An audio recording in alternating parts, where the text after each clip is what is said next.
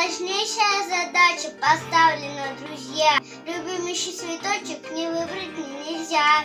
Вот и сижу в раздумье, что больше я люблю. Какой цветок по нраву, о ком я песни пою.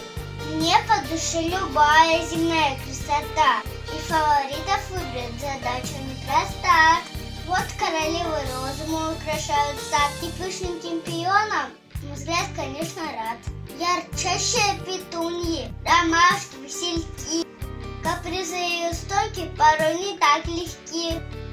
Бегонии, герани. Ну как тут выбрать ту, что легкостью затмила собой даже звезду? И ирис, и тюльпаны, и цинии саду.